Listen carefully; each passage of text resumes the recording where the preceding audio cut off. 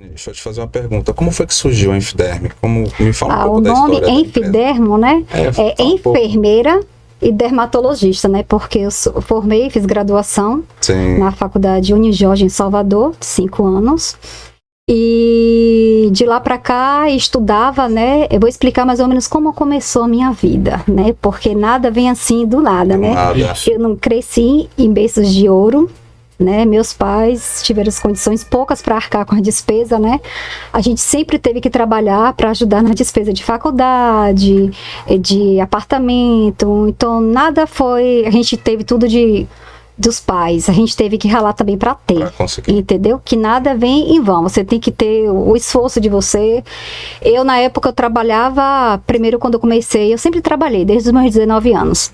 Trabalhava aqui em Ilhéus, numa loja de celular, era vendedora, né? E na época eu lembro que eu gostava muito de vender, né, celular, e habilitava muita conta. E na época rolou uma promoção da Teleshop Oi, e aí eu ganhei o prêmio da melhor vendedora de Ilhéus e Itabuna. Olha que o shopping de Itabuna, na época que tinha Teleshop Oi, era bem disputado. Sim. Eu consegui ser a melhor vendedora e ganhar o prêmio de melhor vendedora.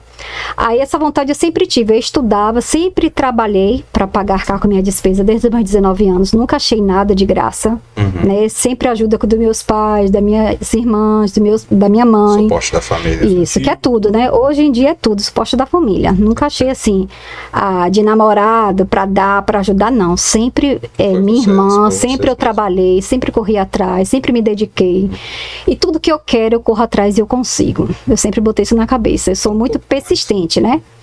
Sobre a faculdade, como é que foi o A faculdade, minha vida de faculdade, eu vim de colégio público, né?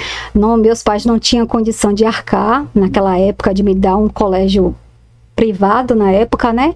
Então, eu estudei no colégio público na época, e depois de sair eu trabalhava na época da Teleshop Oi. E aí eu lembro que eu pedi o meu patrão para sair para estudar, para fazer cursinho, né? Vestibular, porque era difícil, né? Quem veio do colégio público, né? Era muito difícil você conseguir uma vaga em faculdade pública. Era quase impossível para mim. Sim. Aí o que eu fiz? Eu peguei, estudei, me dediquei, pedi demissão, me dediquei, e eu sempre tive um sonho de fazer enfermagem, que a enfermagem é nada mais a arte do cuidar, né? Eu sempre gostei desses cuidados, né? De cuidado com meu pai, de cuidado com minha mãe, de cuidado com o próximo, né? E aí eu peguei, prestei vestibular nessa época em Salvador, né? Pela Unijorge. Sim.